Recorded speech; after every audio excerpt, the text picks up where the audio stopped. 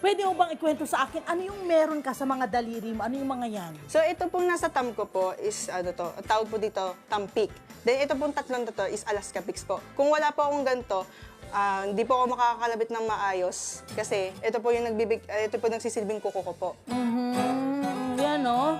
Yan o. At syempre, hindi masakit, diba? Para kahit paano may suporta. Apo. Okay. Kailangan yan talaga sa ganitong klase ng style. Opo, kailangan. Okay. Kailangan. Yung percussion, ano pa yung isang nilalagay mo? Melody, Melody, bass. yes.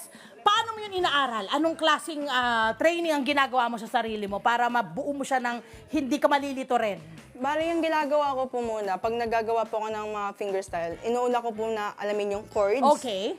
Then, pag nalaman ko na po yung chords, tatry ko pong kapain yung bass. Kasi yung chords po doon po mismo nang gagaling, yung root note.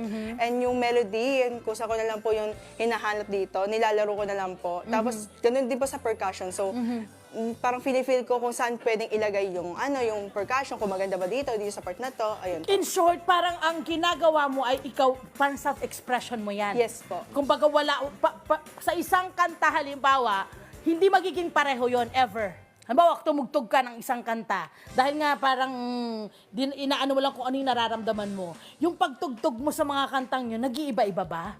Opo, depende din Diba? po sa... Depende sa mood mo. depende din po sa kanta rin po. Kung Okay. mga genre po, Oo. sad, Oo. happy. Anong genre ang paborito mong tugtugin? Pop po. Pop. Bakit pop ang... Kasi parang pag pop po, parang nabubuhayan yung po yung loob ko, gano'n. Tapos parang nag-enjoy po ako kasi pag sad, malungkot na nga ako, nagiging sad pa ako.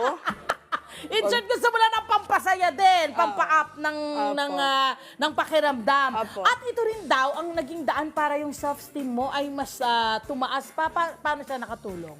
Nakatulong po siya sa akin na mas tumaas po yung self-esteem ko. Kasi parang doon po kasi ako nakilala sa pagiging gitarista po eh. Oh. Parang doon ko po nakita na, dito pala ako magaling. Kasi po yung mga ibang tao po na sinasabihan po ko na parang wala akong kwenta, gano'n. Okay. Until now, may mga bashers pa rin. Meron pa rin naman po. And how do you react with the bashers? Nung una po, talagang naapektuhan po talaga Tama ako. Kasi, naman. Normal. normal lang naman Naapektuhan. po. Sobrang sakit kasi sobrang hearted po ako. Grabe. Kasi ang mga basher kasi, dahil hindi nga harapan makipag-usap sa'yo, kung makapagsalita, matindi silang magsalita ng masasakit. Opo, siya kasi sinasabihan niya akong peke.